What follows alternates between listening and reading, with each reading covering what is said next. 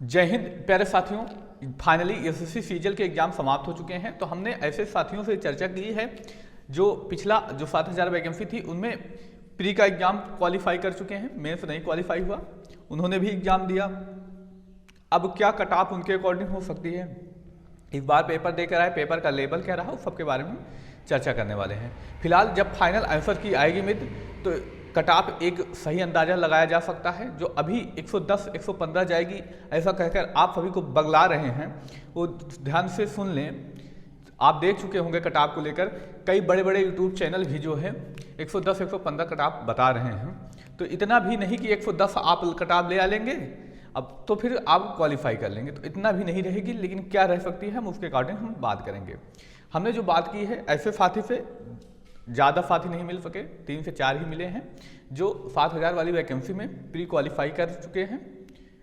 उनके according paper का level क्या रहा, इन सब के बारे में हम बात करेंगे।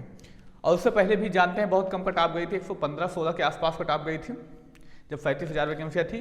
तो उस अकॉर्डिंग भी देखा जाए उनसे भी हमने बात की। अभी इस बार भी पेपर देकर आए हैं तो क्या कट ऑफ हो सकती है, एक सही सटीक निर्णय उनके द्वारा क्या रहा, ऐसे व्यक्तियों से बात करके हमने कट ऑफ की चर्चा की। क्योंकि देखिए ऑनलाइन पढ़ाना और कई बार आप एग्जाम क्वालिफाई कर चुके हैं, निश्चित ही क्वालिफाई किए होंगे, कोई संदेह नहीं है इसमें, आप क्वालिफाई किए हैं, अच्छे टीचर भी हैं। लेकिन सभी बच्चे आपके अकॉर्डिंग नहीं होते, ठीक है। तो अब उसी अकॉर्डिंग हम बात करते हैं मित्र, आपकी कट ऑफ क्या हो सकती है। हमने कुछ ऐसे स्टूडेंट से बात की है। देखिए आप 7000 की तुलना तो बिल्कुल मत कीजिए, पिछली वैकेंसी जो 7000 थी उससे कंपेयर तो बिल्कुल मत कीजिए।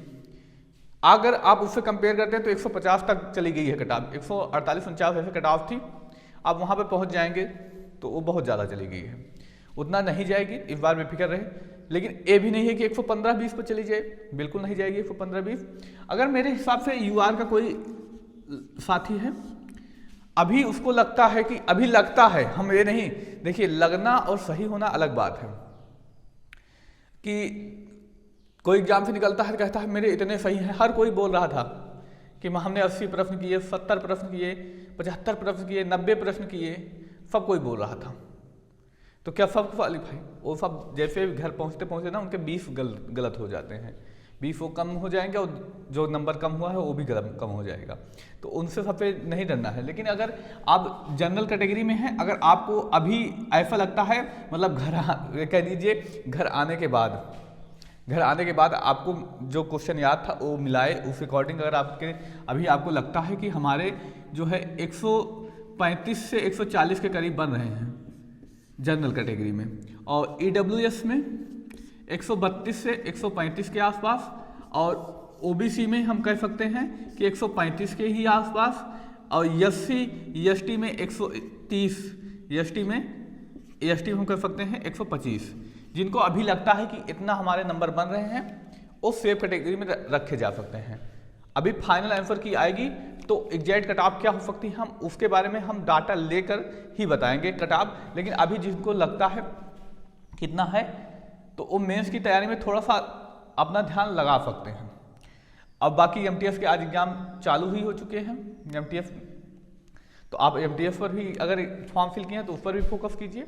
बाकी अगर अभी आपको लगता है मेरे 120 सही होंगे, अगर 100% श्योर हैं, अगर अभी आप कहते हैं आंसर की आने के बाद अगर मिलाने के बाद मेरे 120 सही हैं, तो हम आपके साथ कहते हैं कि भैया आपको क्या करना चाहिए, आपको मेंस पर फोकस करना चाहिए।